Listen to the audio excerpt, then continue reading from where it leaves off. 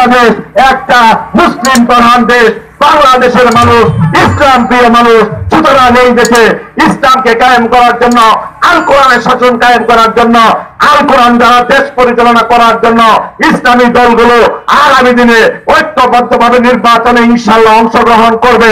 আমরা সকলে কাঁধে কাঁধ মিলিয়ে এই দেশের খেটে খাওয়া মেহনতি মানুষ সহ আমরা সকলে যারা সাধারণ মানুষ, যারা রাজনীতির সঙ্গে জড়িত নয়, তাদের প্রতি আমার উদাত্ত আহ্বান হলো, আসুন আমরা একবার নেতাদের সুন্দর সুন্দর কথা না শুনে আমরা একবার ইসলামী দলের পক্ষে নিজেরা আমরা দাঁড়িয়ে যাই।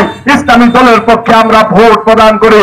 ইসলামী দলগুলো যদি ক্ষমতায় আছে, ইনশাআল্লাহ এই দেশে আল্লাহর আইন দ্বারা দেশ শাসন করবে। সৎ লোকেরা দেশ পরিচালনা করবে, যারা দুর্নীতি করবে না, যারা ঘুষ খাবে না, যারা এই দেশের মেহনতি মানুষের টাকা চুরি করবে না। মানুষের ভাগ্যের পরিবর্তন করার জন্য কোরআনের শাসনের বিকল্প নেই। তাই আসুন আসুন আগামী দিনে হোক আল কোরআনের বাংলাদেশ, আগামী দিন হোক বাংলাদেশের পার্লামেন্ট, আল কোরআনের পার্লামেন্ট, আগামী দিন এই দেশ হোক একটি ইসলামী রাষ্ট্র। এই ইসলামী রাষ্ট্র গঠন করার জন্য আপনাদের সকলের প্রতি সহযোগিতা করার উদাত্ত আহ্বান জানিয়ে আমি আমার কথা এখানে শেষ করছি। আলহামদুলিল্লাহ রাব্বুল আলামিন। আসসালামু আলাইকুম ওয়া রাহমাতুল্লাহি ওয়া বারাকাতুহু। সম্মানিত সুধীমণ্ডলী, অত্যন্ত মূল্যবান বক্তব্য শুনেছি। আগামী দিনের বাংলাদেশ ইসলামী বাংলাদেশ, আল্লাহর আইন এবং সৎ লোকের শাসন প্রতিষ্ঠিত হোক, এই প্রত্যাশায় আজকে আমাদের পথসভা এক কবি সমাপ্তি ঘোষণা করছেন ৭ নং ওয়ার্ডের সম্মানিত সভাপতি ভাই সাগর হোসেন।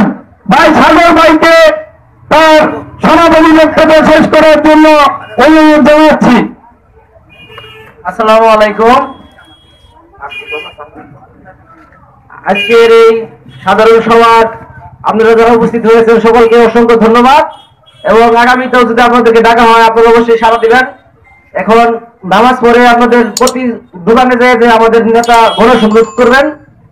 এখন আমাদের তো এখানেই অনুষ্ঠান সংক্ষিপ্ত করছি। আসসালামু আলাইকুম ওয়া রাহমাতুল্লাহ।